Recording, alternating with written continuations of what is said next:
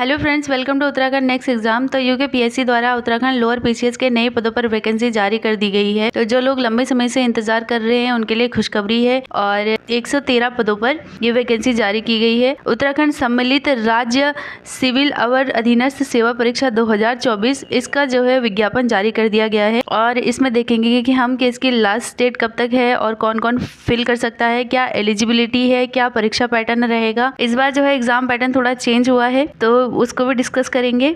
कितना आवेदन शुल्क रहेगा जानेंगे पूरी जानकारी इस वीडियो में। तो 13 दिसंबर 2024 को इसका विज्ञापन जारी हुआ है, मतलब कि आज इसका विज्ञापन जारी हुआ है और इसके ऑनलाइन आवेदन भरने की जो अंतिम तिथि है वो है 4 जनवरी तक। साथ ही जो आवेदन शुल्क है उसे जमा करने की भी लास्ट डेट 4 जनवरी तक ही है और फिर अगर कुछ गड़बड़ी फॉर्म में हो जाती है तो उसके जो संशोधन की तिथि है वो दी हुई है 10 जनवरी से लेके 20 जनवरी के बीच में। साथ ही इसके कुछ निर्देश दिए हुए होते हैं कि जो आपको अनुचित साधनों का प्रयोग नहीं करना होता है, कुछ आरक्षण के बारे में बताया होता है और फिर बताया होता है कि आपको जो ऑनलाइन आवेदन है वो किस तरीके से भरना है, अंतिम तिथि क्या होगी। आप लंबे समय से फॉर्म फिल करते जा रहे हैं तो आपको ये सब जानकारियां पता ही होंगी, तो आप नोटिफिकेशन में इसे ठीक से पढ़ सकते हैं। इसमें निर्देश दिए हुए होते हैं कि जो आप प्रमाण पत्र लगा रहे हैं वो ऑथेंटिक होने चाहिए, सही होने चाहिए, उसमें कोई गलती नहीं होनी चाहिए और उनकी जो लास्ट डेट है या उनके जो रिन्यूअल डेट्स है वह सब आपको देखते रहना है, वो एकदम न्यू होने चाहिए। और इसमें कुछ सेंटर को चूज करने का प्रेफरेंस के अकॉर्डिंग आप सेंटर को चूज करोगे, फर्स्ट, सेकेंड, थर्ड, जहाँ भी आपको एग्जाम देने जाना होता है। साथ ही बताया गया है कि आप ऑनलाइन कहाँ से फॉर्म फिल करेंगे, तो आप ऑनलाइन फॉर्म फिल करेंगे यूके पीएससी की वेबसाइट पे जाके। यूके पीएससी की जो वेबसाइट है psc.uk.gov.in, इसमें जाके आप इस फॉर्म को फिल करोगे। साथ ही निर्देश दिए गए हैं कि आप किस तरीके से फॉर्म फिल करेंगे और उसमें सारी ऑथेंटिसिटी होनी चाहिए। और यहाँ पे दिया है रिक्तियों का विवरण, मतलब जो वैकेंसीज हैं वो कितनी है, तो 113 वैकेंसीज हैं और रिक्तियों को घटाया या बढ़ाया भी जा सकता है। आयोग अपने अकॉर्डिंग रिक्तियों को बढ़ा या घटा सकता है। और यहाँ पे दिया हुआ है कि किस विभाग में कितनी वैकेंसीज हैं, हम सीधे नीचे जाके देखेंगे, जिसमें कि साथ साथ एलिजिबिलिटी भी जिसमें दी हुई होगी उसको हम देखेंगे। जैसे कि पहला यहाँ पे दिया है नायब तहसीलदार के जो है कुल 36 पद हैं और ये 7th लेवल की जो है वैकेंसीज हैं और इसमें आपको लगभग सभी जो वैकेंसीज है उसमें ग्रेजुएशन होना जरूरी है, ग्रेजुएशन होना कंपलसरी है इसमें आपको। साथ ही दूसरा दिया है उप कार्यपाल, इसके भी 14 पद हैं। इसके लिए भी शैक्षिक अर्हताएं यही है कि आप ग्रेजुएशन होना चाहिए, साथ ही साथ आपको हिंदी का ज्ञान होना चाहिए। अगर आप उप कार्यपाल के लिए फॉर्म फिल कर रहे हैं तो आपको हिंदी का ज्ञान भी होना चाहिए। नेक्स्ट पूर्ति निरीक्षक, पूर्ति निरीक्षक के जो है इसमें 36 पद हैं और शैक्षिक अर्हताएं वही है ग्रेजुएशन, किसी भी स्ट्रीम में ग्रेजुएशन कंप्लीट होना चाहिए और हिंदी का अच्छा ज्ञान होना चाहिए। नेक्स्ट यहाँ पे विपणन निरीक्षक, इसके 6 पद हैं, अभी शैक्षिक अर्हता आपको स्नातक की उपाधि मतलब ग्रेजुएशन कंप्लीट होना चाहिए। अगला है श्रम प्रवर्तन अधिकारी, इसके 5 पद हैं और इसमें भी आपको ग्रेजुएशन कंप्लीट होना चाहिए। नेक्स्ट है आबकारी निरीक्षक, इसमें भी आपको ग्रेजुएशन कंप्लीट होना चाहिए और इसके 5 पद दिए हुए हैं। आबकारी के लिए हाइट वगैरह भी दी हुई है आपको। नेक्स्ट है यहाँ पे ज्येष्ठ गन्ना विकास अधिकारी, इसके 2 पद दिए हुए हैं और इसमें दिया है कि आपको कृषि से स्नातक होना चाहिए, मतलब एग्रीकल्चर से आपके स्नातक की उपाधि मतलब ग्रेजुएशन कंप्लीट होना चाहिए। और साथ ही साथ एग्रीकल्चर में अगर आपने स्नाकोत्तर मतलब पोस्ट ग्रेजुएशन की गई है तो आपके लिए अच्छा मौका है। साथ ही अगला दिया है यहाँ पे गन्ना विकास निरीक्षक, इसके 6 पद हैं, इसके लिए भी शैक्षिक अर्हताएं है, कृषि में आपको ग्रेजुएशन कंप्लीट होना चाहिए या साथ ही पोस्ट ग्रेजुएशन कंप्लीट होना चाहिए। अगला पद है खांडसारी निरीक्षक का, इसमें 3 पद दिए गए हैं और इसमें नॉर्मल ग्रेजुएशन मांगी गई है। आयु सीमा हमने देख ही ली है, 21 वर्ष से लेकर 42 वर्ष तक होनी चाहिए। अगर आप 1 जुलाई 2024 में 21 वर्ष तक हो चुके हैं या 42 वर्ष से कम हैं तो आप इस फॉर्म को फिल कर सकते हैं। साथ ही कुछ श्रेणियों जैसे कि ओबीसी, SC ST इनको कुछ रिलैक्सेशन दिया जाता है एज में, तो आप इसमें पढ़ के देख सकते हैं वो सब। और इसमें अनिवार्य अर्हता दी हुई है कि अगर आप उत्तराखंड राज्य के किसी भी मान्यता प्राप्त संस्थान से हाई स्कूल और इंटरमीडिएट पास करे हुए हैं तो आप इस फॉर्म को फिल कर सकते हैं। साथ ही कुछ रिजर्व कैटेगरीज जो कि आपके एक्स आर्मी वगैरह के बच्चे होते हैं उनके लिए दिया हुआ है, तो इसको आप पढ़ लेना। साथ ही आरक्षण वगैरह के बारे में बताया गया है, जो वुमेन्स होती हैं या उत्तराखंड के कुशल खिलाड़ी हैं उनके और या जो स्वतंत्रता सेनानी वगैरह होते हैं उनके आरक्षण के बारे में बताया गया है। दिए हुए हैं कि आप ऑनलाइन फॉर्म किस तरीके से भरेंगे, तो ऑनलाइन फॉर्म फिल करने के लिए आप इस वेबसाइट पे जाएंगे ukpsc.net.in या फिर आप psc.uk.gov.in वेबसाइट पे अप्लाई कर सकेंगे। और अप्लाई किस तरीके से आपको करना है पूरा दिया है, रजिस्ट्रेशन वगैरह करना है, साथ ही मोबाइल नंबर सबमिट करेंगे, फिर OTR फिल करना होता है। OTR फिल करके आप अपनी सारी एजुकेशन, ग्रेजुएशन, अपनी personal detail, email ID all सब कुछ फिल करेंगे इसमें। साथ ही देख लेते हैं कि आवेदन शुल्क कितना रहेगा।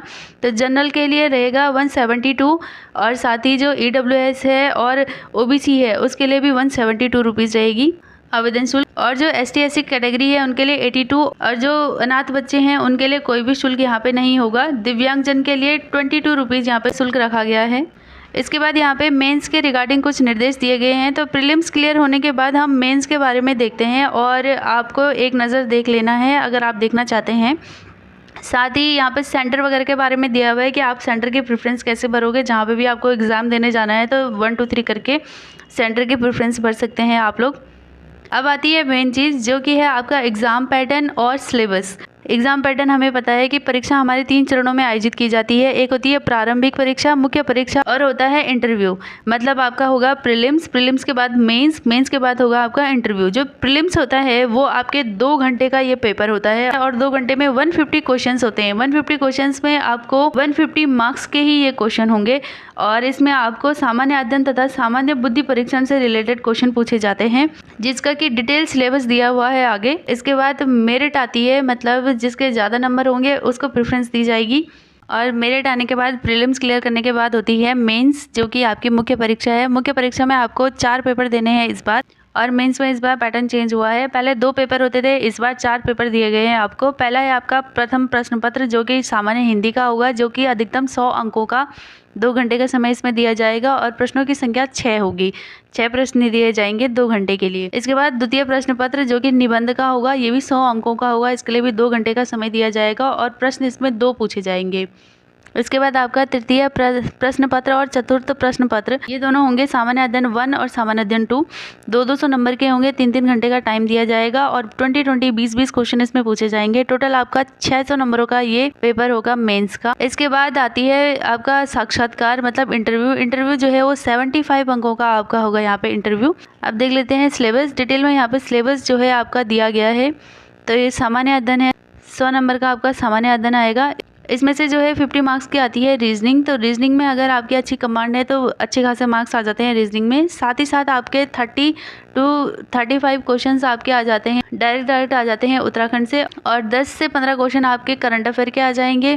तो लगभग 100 नंबर्स का तो यही हो गया। इसके बाद जो बच जाता है वो आ जाता है आपका सामान्य अध्ययन। मतलब इसमें आपके सारा हिस्ट्री, पॉलिटी, ज्योग्राफी, इकोनॉमी, जितना भी मिसलेनियस फैक्ट है, ये सब चीज़ें आ जाएंगी इसमें। तो ये डिटेल में सिलेबस दिया गया है। और यहाँ पे 100 नंबर का सामान्य अध्ययन का सिलेबस दिया हुआ है, जिसमें कि आपका विज्ञान, कंप्यूटर से संबंधित क्वेश्चन पूछे जाएंगे, हिस्ट्री से क्वेश्चन होंगे, पॉलिटी से क्वेश्चन होंगे, ज्योग्राफी से आएगा, कुछ मिसलेनियस फैक्ट पूछा जाएगा, और उत्तराखंड का इतिहास, संस्कृति, उत्तराखंड का भूगोल, जो कि हम सब कुछ परीक्षा वाणी में देखते हैं, ये सारी चीज़ें पूछी जाएंगी। उत्तराखंड की इकोनॉमी और ऐतिहासिक पृष्ठभूमि जो भी प्रशासनिक व्यवस्था का है, ये सब पूछा जाएगा इसमें, प्राकृतिक संसाधन। और साथ ही इसके बाद 50 नंबर का आता है यहाँ पे रीजनिंग का पोर्शन। रीजनिंग को आप PYQ लगा के देख सकते हैं कि जितने भी PYQs हैं इनसे आप आइडिया ले सकते हैं कि किस तरीके की रीजनिंग पूछी जाती है। उसके बाद यहाँ पे इंग्लिश में दिया हुआ है ये सही सारा का सारा प्रीलिम्स का जो भी सिलेबस है। इसके बाद यहाँ पे दिया है मेंस का पोर्शन, जिसमें कि सामान्य हिंदी, और आपको पता है कि ये 100 अंकों का है। और फिर आता है 100 नंबर का निबंध, इसके भी टॉपिक यहाँ पे दिए हुए हैं। और यहाँ पे सामान्य अध्ययन प्रश्न पत्र 1 का यहाँ पे सिलेबस दिया हुआ है, जिसमें कि भारत का इतिहास, कला, संस्कृति एवं समाज के बारे में, साथ ही साथ उत्तराखंड का इतिहास, कला, संस्कृति और समाज के बारे में, और भारतीय संविधान, मतलब जो पॉलिटी, राज्य व्यवस्था और प्रशासनिक व्यवस्था है, उससे भी क्वेश्चन पूछे जाएंगे। साथ ही उत्तराखंड की जो राजनीतिक व्यवस्था है, मतलब उत्तराखंड की पॉलिटी, इंडियन पॉलिटी, इस तरीके से यहाँ पे पूछी जाएगी। और साथ ही जो विज्ञान प्रौद्योगिकी जो भी करंट में चल रहा हो, आई थिंक ये सब पूछा जाएगा इसमें। साथ ही साथ यहाँ पे जो मानवीय मूल्य, कार्य, संस्कृति एवं सिविल सेवा अभिरुचि, मतलब जो कि एथिक्स का एक पोर्शन होता है UPSC में, लगभग उसी के तर्ज पे ये दिया गया है, ये भी पूछा जाएगा इसमें। फिर है द्वितीय प्रश्न पत्र, जिसमें कि भारतीय अर्थव्यवस्था, इकोनॉमी के बारे में पूछा जाएगा, और उत्तराखंड की इकोनॉमी, दोनों के क्वेश्चंस यहाँ पे दिए जाएंगे। साथ ही साथ भारत का भूगोल, मतलब जो ज्योग्राफी है, और उत्तराखंड की ज्योग्राफी साथ साथ दी जाएगी। और साथ साथ में कुछ सांख्यिकीय विश्लेषण, मतलब आपको कुछ डाटा दिया हुआ होगा, आंकड़े दिए हुए होंगे और उससे रिलेटेड क्वेश्चंस को पूछा जाएगा। और समसामयिक घटना चक्र मतलब देश दुनिया में क्या चल रहा है उस टाइम पे, ये सब पूछा जाएगा इसमें। तो यहाँ तक आपका सारा सिलेबस कंप्लीट होता है। ये इंग्लिश में दिया हुआ है यहाँ पे। अगर आप लोग लंबे समय से तैयारी कर रहे हैं तो आपके लिए एक अच्छा मौका है। और इसका पेपर जो है वो होना है 11 मई को, तो एक अच्छा टाइम आपके पास है जिसमें कि आप प्रीलिम्स और मेंस की तैयारी साथ साथ कर सकते हैं। मेंस के लिए आप स्टैंडर्ड बुक ही पढ़िएगा। सामान्य हिंदी के लिए तो आपको पता ही है, हरदेव बाहरी जी पढ़ने हैं। निबंध तो ईजी होते हैं, आप लोग इसमें अपने विचारों को व्यक्त करेंगे। सामान्य अध्ययन प्रश्न पत्र हमने देख लिया है, इसमें हिस्ट्री, ज्योग्राफी, आपके जितना भी आर्ट एंड कल्चर सब कुछ आना है। तो आप क्या करेंगे कि इसमें जितनी भी स्टैंडर्ड बुक होती हैं, जैसे कि हिस्ट्री के लिए स्पेक्ट्रम है, पॉलिटी के लिए लक्ष्मीकांत है, इस तरीके की बुक्स जो स्टैंडर्ड बुक्स हैं उनको पढ़ने की कोशिश करिएगा। साथ साथ आंसर लिखना भी शुरू कर दीजिएगा, एक हफ्ते में एक, इस तरीके से शुरू कर लीजिएगा अभी से। तो बाद में आपको एकदम से बर्डन नहीं आएगा, क्योंकि आपको प्रीलिम्स के बाद बहुत ही कम टाइम मिलता है मेंस के लिए। तो इसमें मैंने लगभग आपके सभी जितनी भी क्वेरीज होती हैं उसको आंसर करने की कोशिश करी है। फिर भी आपको कोई क्वेरी है तो आप कमेंट बॉक्स में कमेंट करिएगा। तो आज की वीडियो में इतना ही, मिलते हैं अगली वीडियो में।